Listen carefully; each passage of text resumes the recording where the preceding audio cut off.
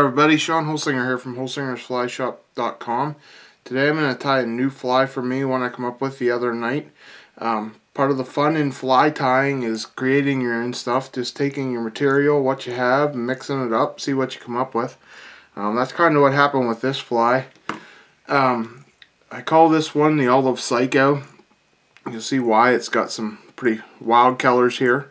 First thing I'm going to start out with is an olive dyed pheasant tail. Going to take about 6 or 8 strands of the pheasant tail. This is going to be my tail on the fly. Oops. We're going to match all the fibers up together, make a nice even tail. And we're just going to lay it down on top here. Couple soft loops so we can get this lined up here where we want it. And that's about good right there. We're going to wrap this red thread on our size 14. I tied this in 16 for our client. He likes it a little smaller. I'm just tying it on 14 mainly for the video quality. Daiichi 1120 scud hook is what I'm tying it on. Just going to tie them fibers down there. Give you your tail. The next thing I'm going to put on is a piece of chartreuse ultra wire, size brassy. Show you that. Just your regular brassy sized ultra wire in chartreuse. And we're going to start this. I'm going to tuck it right underneath the head. This is a size 7/64 multi-hued tungsten bead. We sell these at the shop. Pretty much all the material on here you can buy at our shop, holsingersflyshop.com. We're going to tie this down clear back to the bend there to where we stopped our tail, and then we're going to cover it back up with red. Now the next thing I'm going to put on is a piece of this pearl. It's pearl tinsel. You see it here on the spool. It looks like a pearlish color, a reddish tint to it, a little bit of a pink tint to it. When it's on the finished fly, it's going to have a completely different look to it. We're just going to cut a strand of that. We're going to wrap it down on top.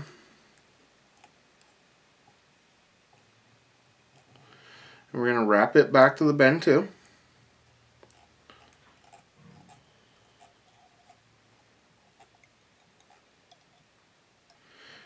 Okay, wrap our thread back up here to the head.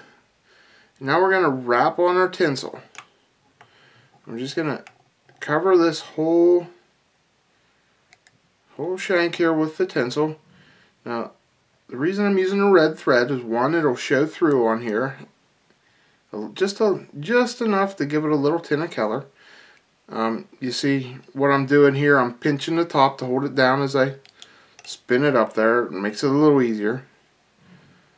We're just gonna, continue to wrap this all up.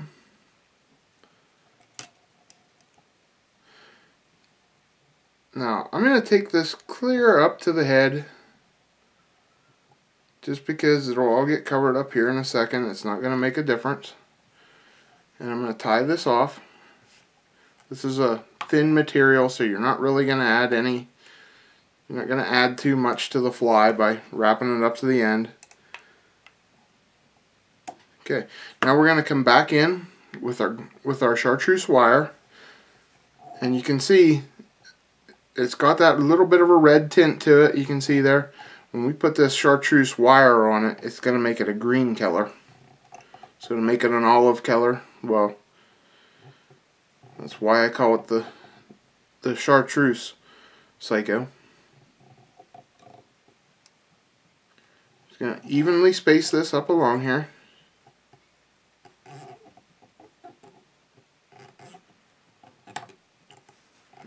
And we're going to tie off our wire. A couple in front, a couple behind. Once you get that tied down good, then you just twist your wire, it pops right off. Okay, next thing I'm going to do is put on just a little bit of wax on my thread here to hold my dubbing on. My dubbing I'm using for this is Ice Dub Peacock Black. This stuff goes a long way. You don't need much of it. So we're just going to use a little bit of it.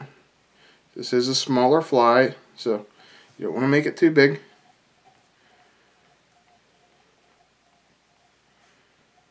You're just going to dub that on, pull your dubbing right up there to the hook. Wrap this on, come back here a little bit, get a little bit of coverage back there.